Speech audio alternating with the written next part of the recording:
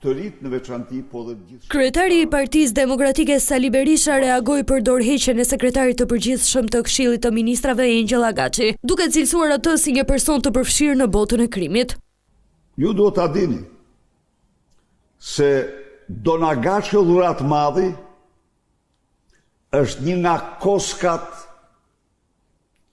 mafioze më të rrezikshme të Ballkanit. Me efekte, me vërtetari mafioze kundër Shqipërisë dhe shqiptarëve dhe kundër italianëve dhe shtetit italian.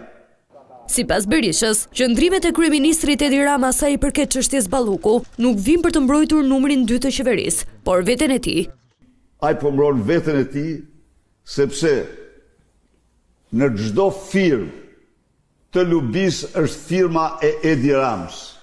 Kryeopozitari komentoi dhe protestën e ardhshme të 20 shkurtit, teksa theksoi se do të jenë qytetarët ata që do të vendosin lëvizjet dhe skenarët e tubimit.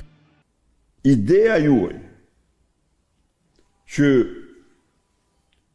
mos largimin nga sheshi por gëzimin e narkoshtetit është absolutisht ideja më e drejtë. Qytetarët të vendosin gjërësisht në këtë drejtim, ajo do jetë dhe faza përfundimtare e fitores tonë. Nuk harroi as ironit me Lulzim Bashën dhe Ervin Salianjin. Nuk bëhet fjalë këtu për Bashën dhe pasardhësin e tij Salianin.